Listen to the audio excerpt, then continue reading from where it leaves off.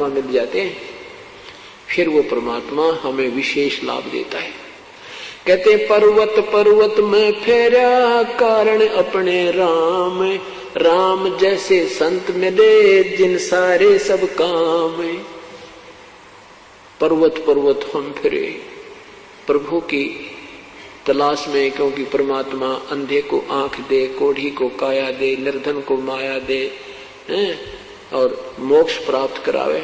हम इस उद्देश्य को लेकर परमात्मा की तलाश में ना जाने कहां कहां गए, लेकिन उस परमात्मा जैसे गुणों से युक्त संत हमें मिले तो वो सारे काम सरगे जो प्रभु में से हम उम्मीद रखते हैं। तो इस प्रकार परमात्मा साकार में हमें लाभ देता है, साकार ही है, उससे हमें विशेष लाभ होता है। जैसे वायु निराकार है और वायु को एक ट्यूब में डाल देते हैं। निराकार वायु 10 ग्राम वजन नहीं सहन कर सकती, अगर ऐसे रख दे तुरंत नीचे आता है। 100 ग्राम वजन को नहीं रोक सकती, और जब उसका एक विशेष व्यवस्था आकार में आ गई, वही शक्ति उसमें शक्ति बन गई। जैसे टायर में ट्यूब डाली, ट्यूब में हवा भर दी, टायर में फिट कर दी और ट्रक में डाल दी, वो 200 क्विंटल वजन ने और ठठाएं जा रही है। तो वो वही जो वायु अब उसका आकार बना, आकार माने से उसकी मर्यादा बनी, और फिर वो कितने वजन को उस हवा ने उठा रखा है। ऐसे ही ये हमारी एक ट्यूब है, इसमें हम राम नाम की वो हवा भरेंगे, उस शक्ति की हवा भरेंगे, तो इसमें वह शक्ति आ जाएगी और हमें हमारे सारे काम को वो ऐसे सारेगी जो हम 10 ग्राम भी नहीं, हम कुछ भी काम नहीं कर सकते थे। फिर वो परमेश्वर की जो शक्ति है, भक्ति की शक्ति हमारे इसमें प्रवेश करेगी इस साकार शरीर में, तो फिर वो बहुत लाभ देगी। ऐसे ही परमात्मा की स्थिति समझने में हमें राहत मिलेगी।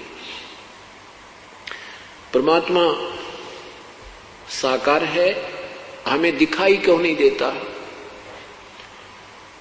जैसे सूरज के आगे बदरा ऐसे करुम छयारे, प्रेम की पवन करे चित मंजन जल के तेज नयारे।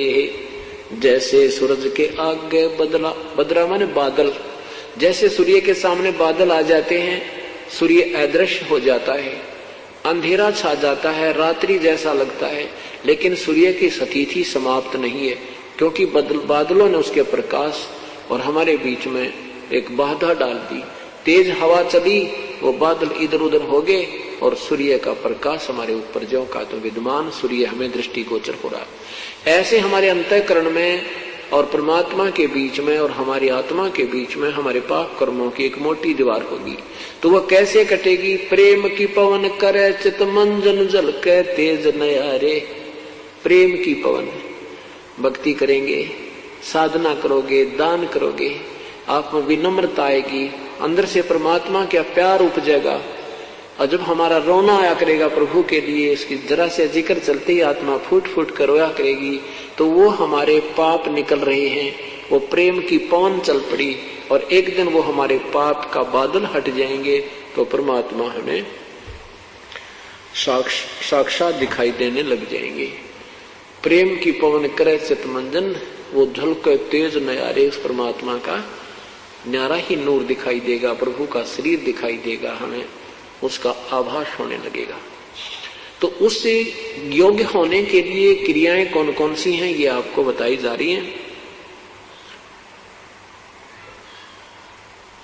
जैसे रोगी को डॉक्टर कई प्रकार की गोलियां देता है, कोई पीने की दवाई है, कोई कैप्सूल है, कोई इंजेक्शन लगाता है, तो हमने वो सारे ही ट्रीटमेंट विधिवत करना होता है, जिससे हम शीघ्र आरोग्य हो जाते हैं। ठीक इसी प्रकार हम जन्म मृत्यु के रोग से पीड़ित हैं और इसमें हमें काफी मेडिसिन की आवश्यकता पड़ती है, अर्थात प्रभु की भक्ति कई प्रकार से करनी होती है। जैसे सुबह का नित्यनेम मंत्र जाप, प्रथम मंत्र जाप, द्वितीय मंत्र जाप, दोपहर के बाद रमैणी, शाम की संध्या आरती, सत्संग में सेवा, दान करना, सिमरण सतनाम का सिमरण, फिर सारनाम मिलेगा। ये सारी की सारी क्रियाएं करके हम स्वस्थ होंगे अर्थात परमात्मा प्राप्त करने योग्य होंगे, जन्म मृत्यु के रोग से हम मुक्त हो जाएंगे।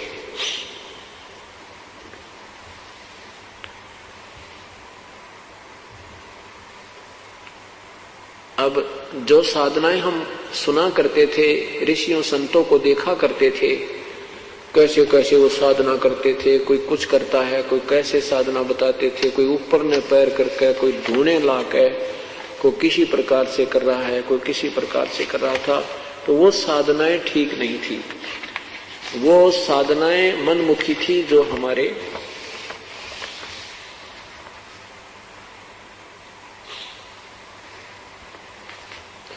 और ये सब काल ने हमारे ऊपर जाल फैला रखा है, इसको सतमार्ग पर नहीं लगने देता प्राणी को।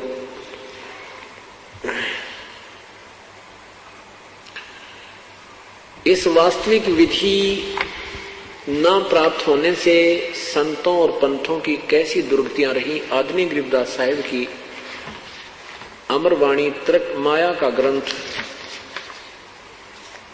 तर्कवेदी आपको सुनाते हैं। पांडे वेद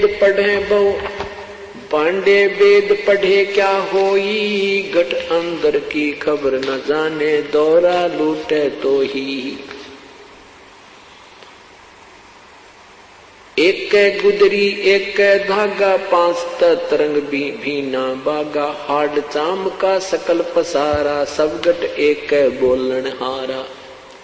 ब्रह्म वेद भूलो मत को, सब गट एक गुद्दा लोहू। भगद्वार सब आवे जाही, ऊंच नीच कहाँ भिन्न बताही।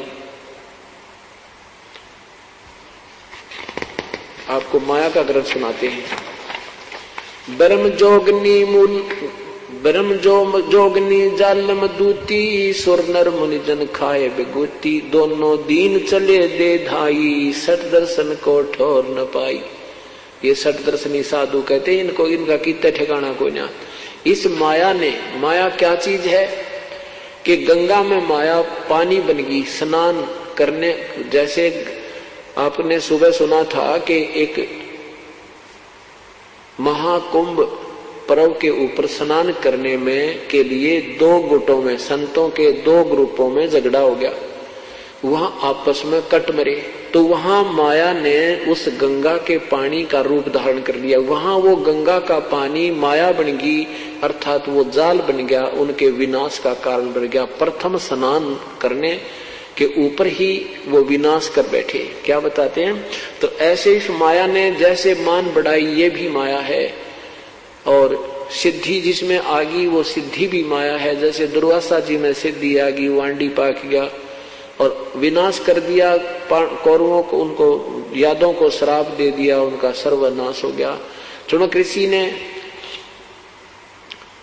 ऋषि जी ने सिद्धि की, वो माया उसके पास होगी, वो धन हो गया उसका, वो माया होगी।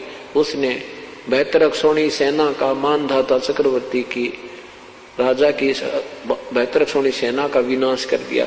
तो यहाँ क्या बताते हैं कि ये माया इस जीव को सतमार्ग पर नहीं लगने देती। ये मान बढ़ाई आदि गलत साधनाएं जो हैं, तो इसमें क्या कहते, दोनों दीन चले दे धाई, सठ दर्शन को ठोर न पाई। पंडित पकड़ चौप टैली ने, काजी के सिर बोझे दीने। कुतुब गोश और सब गलत गुजारी, मारे मुल्ला बंग पुकारी। पीर पैगंबर रहा चलाए, गुर्जो मार त्रिगुंडे काए।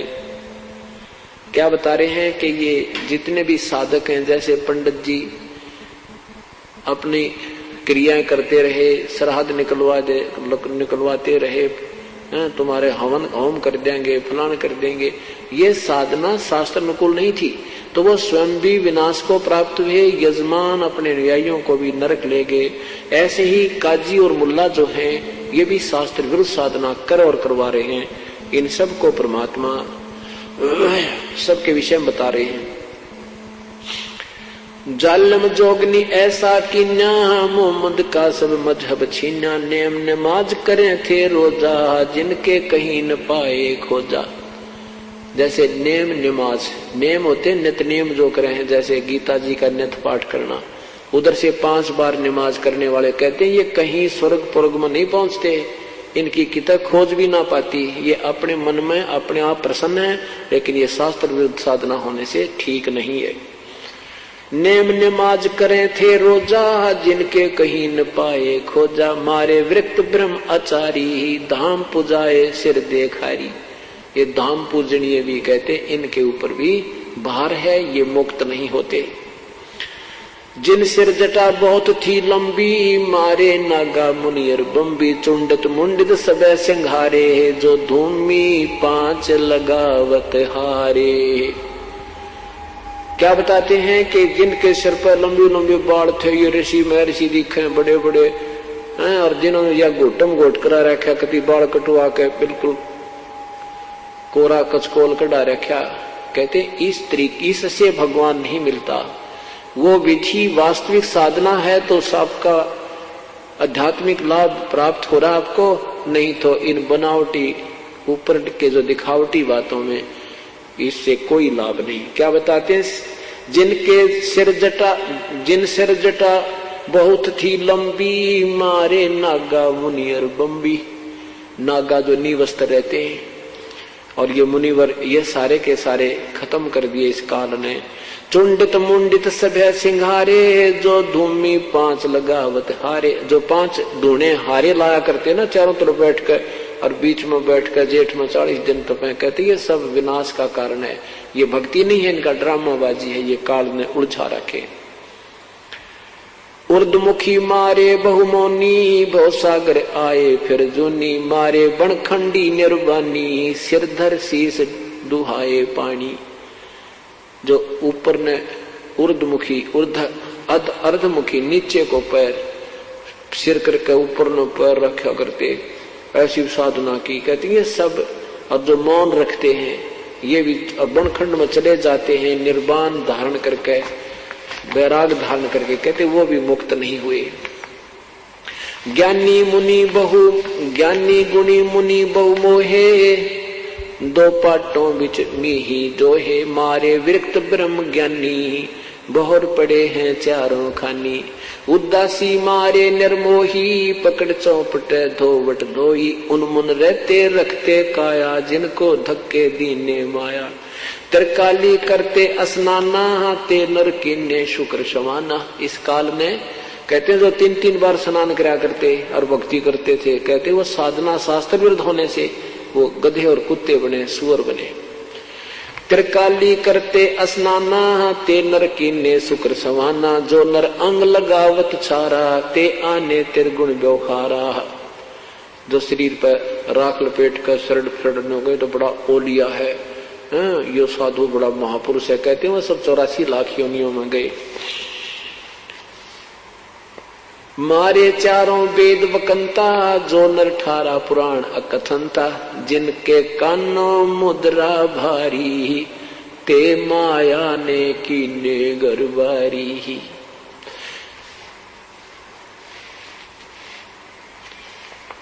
अब क्या बताते हैं परमात्मा, इंद्रिय जीत रति कर डारे, जिनके मोंढे कीने कारे, चुंडित मुंडित गुफा धारी, जिनको जोग निम लागी प्यारी। नागा नगन रहे बन माही, सो दो जग की राह चलाही, बन बस्ती के सभी मारे, धर्मराय की नगरी डारे। गए रसातल रा न पाए, जम की जाली जीव बंधाए, पंथी पंथ न पावे कोहू, दुर्लभ देश दूर घर भेऊ। 3 लोक जिन चुन 14 लोक पड़े जम जाला, दुर्मति जोगन रूप विशाला। 3 लोक जिन चुन चुन खाए, 14 तपक सबे डहकाए। ब्रह्मांड 21 सोर शराबा, मुगदर मार गुरज बहुराबा। कौम छतीस रीत सब दुनिया, जोगनी छत्रपति बढ़हनिया। अनाथ जीव की कौन चुलावे, योद्धा भूप लिए बड़दावे। होते दुर्योधन से राजा, जिस घर घुरते अनगिन बाजा। होते वीर 71 भाई, 11 सोनी की ठकुराई। 64 योगनी 52 बीरा, जिनके खप्पर भरे नथीरा। पांडों डोबे पकड़ हिमालय, 18 सोनी खाई काले। चकवे चक छत्रपति बहु साजा, जिनके उदय अस्त बित राजा। ब्रह्म योगनी सब डकाए, जिनके गाम ठाम नहीं पाए। हिरणाकुश थे राम सरीखा, जिन अपना नाम चलाया टीका। वैसे जमजोरा ने लूटे, उधर विनाश किए घर घट फूटे है। मथुरापुरी राज थे कंसा, जिनके कहीं न पाए वंशा। कितना प्यारी व्याख्या कर रहे हैं कि ये हिरण्यकशिपु जैसे भी अपने आप में भगवान बने बैठे थे, इनका बक्कल उतरा, पेट फाड़ कर फेंक दिया भगवान ने। इसमें रिद्धि सिद्धि आ गई, माया में उस सिद्धियों के कारण अपने आप में फूल गया, या माया इसको दुखदाई बन गई। कहते मथुरापुरी राज थे कंसा, जिनके कहीं न पाए वंशा। कंस आंडी पाक क्या था, और वो कहते हैं उसका नामो निशान मिट गया। सहस्रा बहा गहा जो डोबे, फरस्या मार रखतन झोबे। जरा संग बहु जोर जमाए, पकड़े टांग तन चीर बगाए। जरा सिंह ने कहते हैं गणी बकवाद गड़ी थी, उसकी टांग पकड़ कर पाड़ दिया गया। बाली काल को दिया झपेटा, चाणों रासे मारे फेटा। रावण छत्रपति थे राजा, सुर नर मुनिजन जिस घर साजा। योद्धा जुल्मी बहुवत आकी, कोट 3300 बंद थे जाकी। 33 करोड़ देवता जिसने रावण ने बांध रखे थे। कहते हैं कुंभकर्ण से होते बीरा, 1.25 लाख नाती संग थीरा। 1 लाख पूत 1 लाख पूत दूत संग भारी, 7 समुद्र लंका धारी। उठपुट किए अटपट किए, उठपुट किए लंक जद लूटी। 10 खप्पर रावण के फूटी। कहते हैं कितना अपने आप में महापुरुष मान रहा था, अपने जैसा योद्धा नहीं मानना था। नहीं कहता मेरे 1 लाख बेटे, 1.25 लाख मेरे रिश्तेदार, इतनी सेना मेरे पास है, मेरा कौन क्या बिगाड़ देगा। 33 करोड़ देवताओं को बांध रखा था, और उस माया में वो फूल गया। तो कहते हैं उसकी के बनी उसकी गिला। कुंभकर्ण से अटपट किए लंक जद लूटी, 10 खप्पर रावण के फूटे। अटपट किया, कैसा कारण बनाया कि सीता का अपहरण करने का मन में आया। उधर से वह स्वरूपण खा गई जंगल में, उसने लक्ष्मण ने उसकी नाक काट दी। देख काल ने क्या क्यों कर चैन से नहीं जीने देता किसी को। पहले वनवास करवाया भगवान श्री राम को, और फिर जंगल में भी चैन से नहीं, वहां वो दूतनी भेज दी स्वरूपण खा। वो लक्ष्मण से शादी करने को कहने लगी, लक्ष्मण वो नहीं मानी तो उसकी नाक काट दी। अब अपनी बहन की नाक का बदला लेने के लिए रावण में के अंदर हवा भर दी काल ने, वो सीता उठा लिया। और फिर कहते हैं ये अटपट कर और लंक सब लूटी। ये अटपट करके काल ने वो सत्यानाश करवा दिया उसका। अटपट की ये लंक जद लूटी, 10 खप्पर रावण के फूटी। वो 10 मस्तक थे रावण के, 10 शीश भी काट दिए, अर्थात उसका विनाश को प्राप्त हुआ। फिर क्या बताते हैं, कृष्ण गुरु दुर्वासा लूटे, मनसा भंवर कुचों पर छूटे। श्रृंगी ऋषि को सार चबाए, नारद पूत बहतर जाए। काम देव दग दे बहुगाता, पारा ऋषि पुत्री संगराता। काल में कैसा बकलता रहे सभी का, कैसे कृष्ण गुरु दुर्वासा लूटे, मनसा भंवर कुचों पर छूटे। क्या बताते हैं कि दुर्वासा ऋषि बहुत अच्छे साधक रहे हैं, और यहाँ मृत लोक से वो बिल्कुल अपने आप को ब्रह्मचारी सिद्ध करके चले गए। ये क्या है कि ये ऊपर तो एक कांचली है अपने, या एक जैसे सर्प के ऊपर कंचली होती है, तो या तो एक कांचली है ये शरीर। इसके अंदर ज्यों का तो शरीर एक और रहता है, जब तक नेक्स्ट जीवन नहीं मिलता, नेक्स्ट कोई दूसरा कोई प्राणी का जीव नहीं, शरीर नहीं मिलता, तब तक ये शरीर हमारा ज्यों का तो रहता है। और उस शरीर में ही ये हम भक्ति साधना जो करते हैं, उस शरीर को परिपक्व कर देती है। अब जिसमें जितनी कमाई होती है उसी के आधार पर फिर ये ऊपर जाते हैं स्वर्ग में। तो ये दुर्वासा जी वहां स्वर्ग में पहुंच गए। स्वर्ग आपको बताया वो क्या है, वो सबसे ज्यादा बकवाद है स्वर्ग में। वहां से नाचने गाने सारे मीठी मीठी आवाज के सब बकवादे हैं। कहते हैं एक समय एक सभा में ये बैठे थे देवता लोग, और वहां लड़कियां नाच रही थी।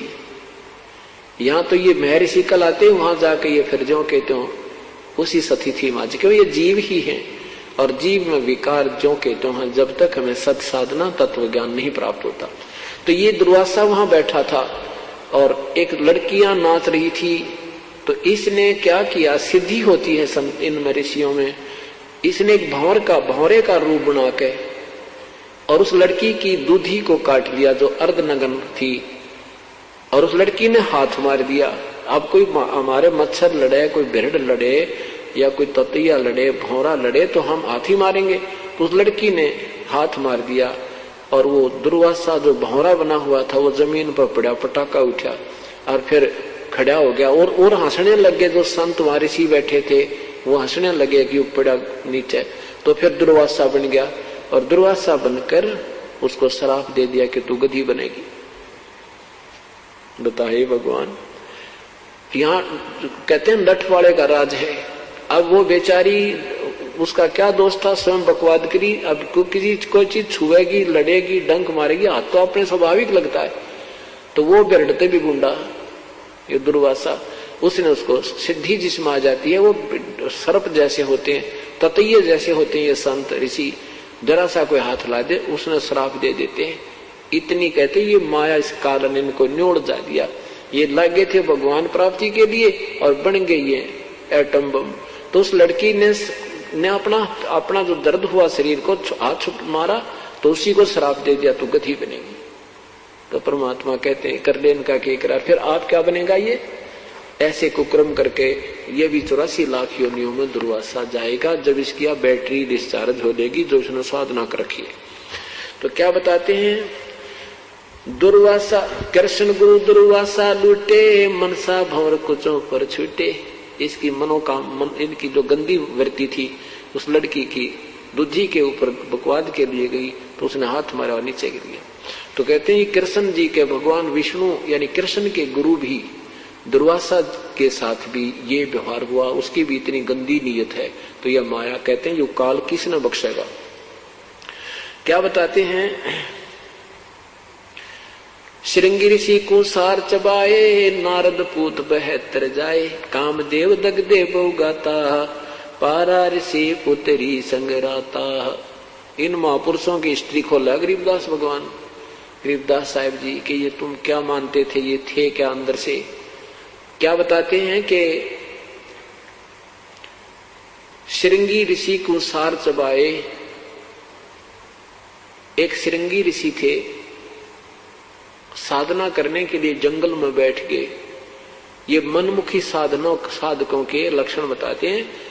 शास्त्र विधि को त्याग कर जो मनमानी पूजा करते हैं, बहुत ये क्या करते थे कि अभी भक्ति करेंगे उससे पहले शरीर को साध लेते ताकि कम आहार की आवश्यकता पड़े, कम विहार की आवश्यकता। इस प्रकार काफी एक प्राणायाम आदि करके एक नाभि के पास, नाभि जो अपनी सूंडी इस नाभि है, नाभि के सब नाड़ियां नाभि से संबंधित हैं और इन नाड़ियों के तीन, नाभि की नाड़ियों को एक नाड़ी और है, इसको नागनी बोलते हैं, नागफनी। उस नाड़ी ने इस नाभि की सभी नाड़ियों को ऐसे लपेटा ला रखा है जैसे सर्प लगा दिया करे, और उसने उसके ऐसे ढाई लपेटे हैं और वह शेष वो नागनी वो ऐसे एक आंतड़ी है नाग जैसे फुन वाली, उसकी 2 फुन है, वो ऐसे रहती है। और जो हमारे शरीर में एक अमृत बनता है वो अमृत को पीती है और श्वास से खड़ी रहती है। तो ये प्रणाम कर करके क्या करते हैं, उस नागनी को ढीला कर लेते हैं। प्रणाम कर करके वो नागनी को जो है ना मुरझा जाती है और वो अमृत जो है शरीर में प्रवेश करने लग जाता है। हमारी ये तालू है, तालू के ऊपर एक जैसे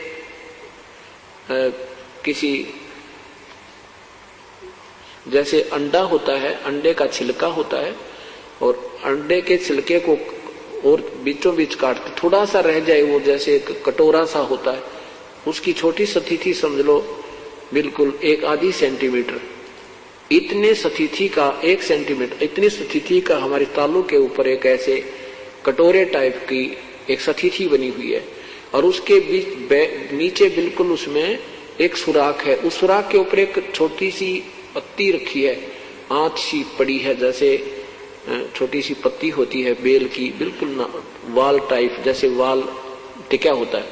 तो इस तालु का अभ्यास करने से, ऐसे जो खेचरी मुद्रा लगाते हैं, तो उससे क्या होता है कि वो जरा सा तालु उसके जो उस अमृत को रोके हुए होता है वो थोड़ा सा खिसक जाता है और फिर नीचे आता है। नीचे आकर के फिर ये नाभि पर आता है, और नाभि अगर वो नागनी ना पीवे, वो नागफणी नहीं पीवे, तो ये सारा उसी अमृत से इस शरीर में इतना जो ना सरूर सा हो जाता है कि भूख लगनी बंद हो जाती है और निंद्रा आनी बंद हो जाती है। तो उसके अभ्यास में भी हमें कम से कम 20 वर्ष लग जाते उसको प्रफुल्लित करने में। ये पुराने समय के काम हैं, ये लगे रहते, ठाली बैठे थे ऋषि लोग, लाखों वर्ष की उम्र होती थी, ये बकवादा में लगे रहते। लेकिन वो साधना परमात्मा पाने की फिर भी नहीं है। वो तो साधना शास्त्र विरुद्ध है, और शास्त्र अनुकूल साधना बिल्कुल सिंपल सी है, ये नहीं करनी थी। फिर भी उन ऋषियों को जिन्होंने शास्त्र विरुद्ध साधना की और इस माया ने, काल के जाल ने कुकर भरमा दिए, तो उस श्रृंगी ऋषि ने अभ्यास कर लिया अल्प आहार करने का।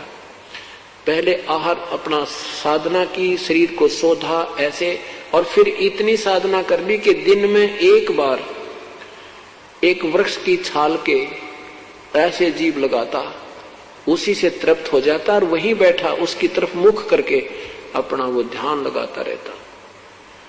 एक दिन वो श्रृंगी ऋषि अयोध्या के पास आ गया। अयोध्या के पास जंगल में, बिल्कुल निकटतम जंगल में, नगर के आसपास जो सब ने दिखाई दे, रास्ते के आसपास ही बैठ गया। सारे अयोध्या नगरी में एक चर्चा का विषय होगा कि ऐसा साधु आया है, 1 महीना हो गया है, बिल्कुल आहार नहीं करता, एक बार वृक्ष के छाल के ऐसे जीभ से चाटता है, सारा दिन ऐसे बैठा रहता है। बहुत चर्चा का विषय हुआ, लोग देखने गए, जवान अवस्था थी, सुंदर शरीर ज्यों का त्यों, और आहार कुछ नहीं कर रहा, तो बहुत ज्यादा प्रभावित लोग हो गए। राजा दशरथ की बेटी शांता, जो श्री रामचंद्र से बड़ी थी, रामचंद्र हर तो फिर बाद में हुए हैं, बहुत बाद में, वो शांता जो है जवान थी, उसके बाद कोई पुत्र नहीं था, कौशल्या की पुत्री थी वो। उसके बाद राजा को कोई संतान नहीं थी, तो इकलौती पुत्री थी। इकलौता बच्चा ज्यादा ही लाडला होता है, तो वो लड़की अन्य सहेलियों के साथ उस ऋषि को देखने गई। शांता उस ऋषि को देख करके उस पर आसक्त होगी। उसने किसी संत से, ऋषि से, अन्य ऋषि से पूछा कि ये संत कैसे आंखें खोले, कैसे ये संसार व्यवहार में यानी देखे, हमारी तरफ संसार को देखे। तो उस ऋषि ने बताया कि जहां वो जीवा लगाता है वहां पर थोड़ा सा शहद लगा देना। अब राजा की लड़की ने कौन टोके, राजा की लड़की ने जाकर के जहां वो जीभा लगाता था दिन में एक बार, उसके वहां थोड़ा सा शहद लगा दिया वृक्ष के। अब पहले ऋषि एक बार जीभा लगाता था, उस दिन 3 बार लगाई उसने, आनंद से आया, वो शहद अंदर गया। अगले दिन फिर लगा दी। तीसरे दिन ऋषि ने आंखें खोल ली और शांता खीर बनाकर लेकर गई थी। कहने का भाव ये है कि ऋषि फिर आहार करने लग गया। फिर ऋषि, अब शांता उस ऋषि के साथ चली गई। कहने का भाव उन्होंने अपना शादी कर ली और राजा दशरथ की इच्छा के विरुद्ध कर ली। तो राजा दशरथ ने किसी अन्य राजा से कहा कि हम क्षत्रिय हैं, ये ब्राह्मण है और हमारी इसमें इंसल्ट होती है, आप इसको गोद ले लो, लड़की को आप शादी कर देना। कहने का भाव ये है कि परमात्मा क्या बताते हैं, श्रृंगी ऋषि को सार चबाए, नारद पूत बहतर जाए। अब परमात्मा कहते हैं जब तक आप पूर्ण संत, पूर्ण परमात्मा की शरण में आकर विधिवत साधना नहीं करोगे, यू काल न्यो नचाए जागा तुमने। क्या बताते हैं, एक बार नारद जी जंगल में साधना करने चले गए। 12 वर्ष तक बैठकर खूब तप किया, मन में मान लिया कि हमने सब इंद्रियों पर काबू कर लिया। अब जंगल में आदमी अकेला रहे, वृक्ष दिखे, पत्ते घास फूस खावे, आप पे यू मन बकवाद करने तो चुप हो जाता, यू दड़ मार जा, ये बिल्कुल दुबक जाता है और फिर ज्यों का त्यों तैयार हो जाता। ये अनजान ऋषियों को ज्ञान नहीं था। 12 वर्ष के बाद नारद जी आए। ब्रह्मा, विष्णु और महेश जी ये तीनों भाई हैं। बड़े ब्रह्मा जी, बीच के विष्णु और छोटे भगवान शिव। तो नारद जी जो ब्रह्मा जी के पुत्र हैं, महर्षि नारद जो है विष्णु जी के पास गए। विष्णु जी ने पूछा, भाई ऋषि जी बहुत दिनों में दर्शन दिए, कहाँ चले गए थे? नारद जी ने कहा कि प्रभु मैं 12 वर्ष तक जंगल में साधना करके आया हूँ और मैंने अपनी इंद्रियों पर काबू पा लिया है। अब माया के और इंद्रियों पर काबू कर लेंगे तो ये संसार में उत्पत्ति कैसे होगी, 1 लाख जीव तू कैसे खाएगा? तो इसका नियम है कि bud the evil cut the evil in the bud, यानी बुराई को यानी स्टार्ट में ही काट दे। तो इसने विष्णु जी के मन में प्रेरणा कर दी कि यू बडांडी पाक गया नारद जी, ये कहता मन इंद्रियां सारी काबू कर ली, चल इसको ठीक करते हैं। तो उधर से क्या हुआ कि नारद जी मिलकर चल पड़े, वहां से जा रहे हैं, उधर से विष्णु जी पीछे से आ रहे हैं। नारद जी ने पूछा, कहां जा रहे हो प्रभु? हाँ, कहां जा रहे हो प्रभु? कि भाई मैं इधर जाना है, इस लोक में घूम के आऊंगा, आप चलोगे मेरे साथ? नारद जी कहने लगे, मैं तो थाली हूं, आपके साथ ही चल पड़ता हूं, आपकी आज्ञा हो तो। विष्णु जी कहने लगे, आ जाओ मेरे साथ, आ जाओ। तो चलते चलते एक दरिया के साथ जा रहे हैं, दरिया के साथ साथ चल रहे हैं। तो नारद जी से कहा विष्णु जी ने कि ऋषि जी आप खड़े रहो, मैं पानी पी कर आता हूं। विष्णु जी ने कहा, नारद जी ने कहा, नहीं महाराज, मैं आपके लिए पानी यहीं लाता हूं, आप यहां रुको और मैं आपका सेवक हूं। तो भगवान विष्णु ने कहा कि नारद जी पहले स्नान करना दरिया में, फिर पानी लाना। अच्छा जी। अब नारद जी ने जो ही स्नान करने के लिए डुबकी लगाई दरिया में, तो उसके एक सुंदर लड़की बन गया, एक सुंदर लड़की रूप बन गया नारद जी का। उधर से उसी नगरी का एक राजा टहलने के लिए आया, वह सुंदर लड़की देखी। राजा ने पूछा, कन्या तू कौन है, कहां से आई है, क्या तेरा नाम है, कौन तेरा गांव है? लड़की ने कहा कि मुझे नहीं मालूम मैं कौन हूं, कहां से आई हूं, मेरी बुद्धि काम करना बंद कर चुकी है। राजा ने उस लड़की को अपने साथ लिया, घर ले आया, पटरानी बना दी। कहते हैं 72 संतान हुई उसके, और फूली नहीं समावे हैं, पोते और पोती हो गए, ठाठ हो गए, और फिर फूली नहीं समावे, और खूब मेरे तो बढ़िया कोई नहीं, मेरी इतनी संतान है। फिर क्या होता, उस राजा का किसी दूसरे राजा से युद्ध हो जाता है और उस राजा ने पूरे के पूरे परिवार का विनाश कर दिया।